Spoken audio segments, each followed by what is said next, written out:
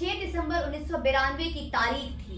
अटल बिहारी वाजपेयी जी के शब्दों में अयोध्या जी में समतलीकरण हो चुका था। कार सेवक दिल की भड़ास उतार चुके थे।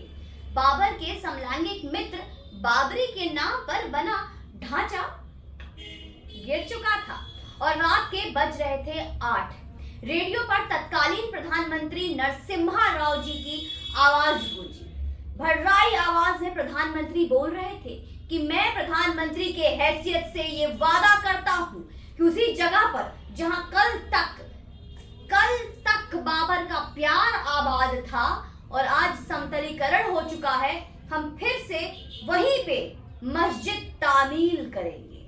ऑन रिकॉर्ड में ये बात है, कोई छुपी छुपाई नहीं है दोस्तों, आप देख सकते हैं। आप जब चाहे टेस्ट एंड वेरीफाई भी कर सकते हैं।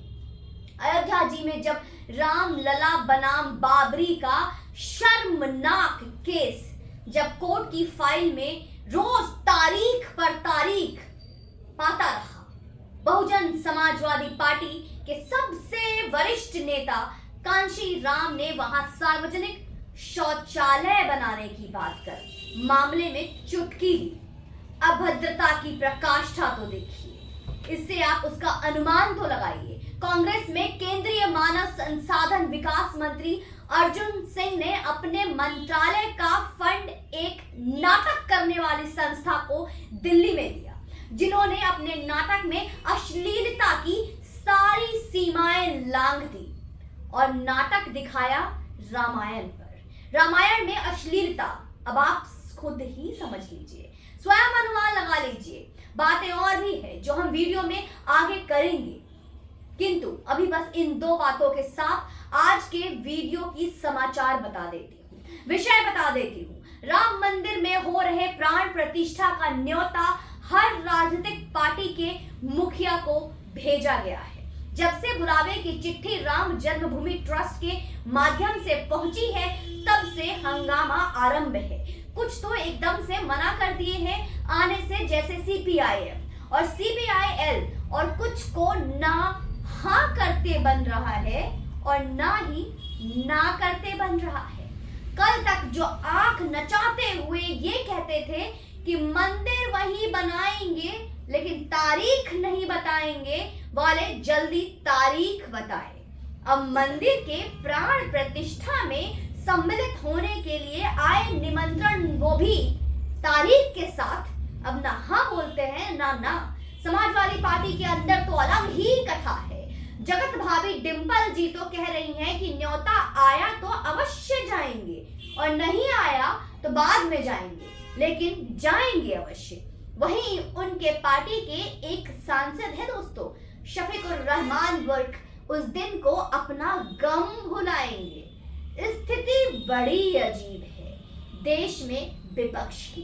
भारत के मस्तक पर 22 जनवरी के दिन एक नया राज तिलक, एक नया गौरव तिलक लगेगा, यह हम सभी को अच्छे से ज्ञात है।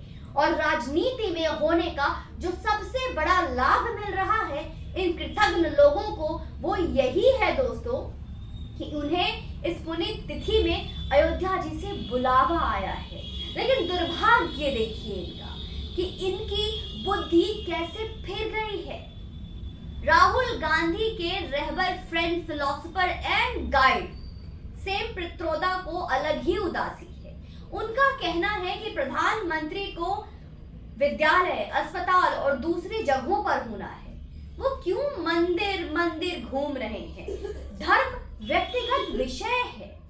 सत्यनारायण गंगाराम पित्रोदा उर्फ सेम पित्रोदा जी को बस एक जवाब देते हुए वीडियो को मैं आगे बढ़ा रही हूँ कि हाँ है, धर्म एकदम व्यक्तिगत विषय है लेकिन गोपनीय थोड़ी है। और जब देश के 80% लोगों का व्यक्तिगत विषय एक ही है तो समझ जाइए ना, यह देश का भी व्यक्तिगत विषय हो जाता है। इसे ईश्वर की माया समझिए। ईश्वर अब तुष्टीकरण की राजनीति करने वालों को एक हाइड एंड सीक खेलने का मौका दे रही है। हम समझते हैं कि अगर वो हिंदू हैं तो उनके मन में भी कहीं ना कहीं राम है। सब राजनीति भुलाकर देश के सबसे बड़े पर्व में या तो शामिल हो जाएं या देश के बहुसंख्यक हिंदू समाज की भांति अपनी छिपी पहचान बता दे, सामने आके बता देना किसकी राजनीति की दीवार किन ईंटों से बनी।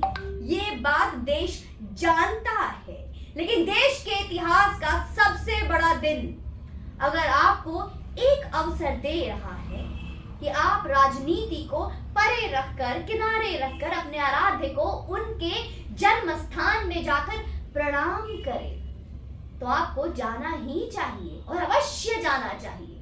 राजनीति का क्या है, आएंगी जाएंगी, लेकिन यह दिन कदापि नहीं आएगा और न दोबारा जाएगा।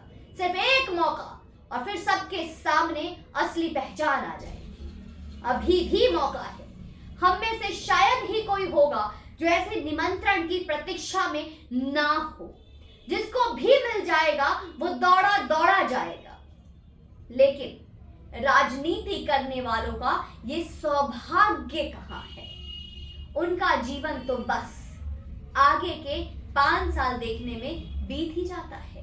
5 साल के मौके के लिए वो जीवन भर का मौका ऐसे ही गुजार देंगे। जिनके पुरखे राम लला को उस ढांचे से निकाल फेंकने का फरमान सुना रहे थे, वो क्या झुक पाएंगे राम के आगे? हमें शक ही लगता है। जो कार सेवकों के खून से सरयू का पानी लाल लाल कर चुके हैं, वो लाख कहे कि हम जाएंगे, लेकिन क्या वो वास्तविक रूप में जा पाएंगे? सच यही है, ये क्षण उनके लिए एक अबूझ पहेली है। अबूझ पहेली की तरह है जहां उन्हें एक बड़ा नुकसान और एक छोटे नुकसान में कोई एक का चयन करना होगा। तो देखते हैं उनका चयन क्या होता है। हम में से जिस भी भाग्यशाली को उस तिथि में अयोध्या जी के यहाँ जाने का मौका मिले, वो हमें टैग करके अपनी फोटो अवश्य डाले। और कोई भी अपने आप को कोई दुर्भाग्यशाली समझने की चेष्टा भी ना करे। जिनको कोई निमंत्रण पत्र नहीं मिलता या किसी कारणवश अगर वो अयोध्या में जाकर 22 जनवरी को श्री राम का दर्शन नहीं कर पाए, तो कोई कष्ट या दुख की बात नहीं है मेरे प्यारे दोस्तों। अपने घर में सभी सनातनी उस दिन रंगोली बनावे। दीपावली से भी बहुत बहुत बहुत बड़ा महोत्सव और उत्सव मनाए, क्योंकि यह दिवस सालों के बाद आपके जीवन में आया है। ये आपके लिए, आपके पुरखों के लिए, सबके लिए एक अत्यंत खुशी का माहौल होना चाहिए। तो उस दिन दीपावली से भी बड़ा महोत्सव होना चाहिए। घर में रंगोली बनाए, पकवान बनाए, अच्छे नए कपड़े पहने, घर में पूजा करें, राम लला की आरती करें और खूब प्रसन्नता के साथ अपने परिजनों के साथ उत्साह मनाएं। जय हिंद, वंदे मातरम।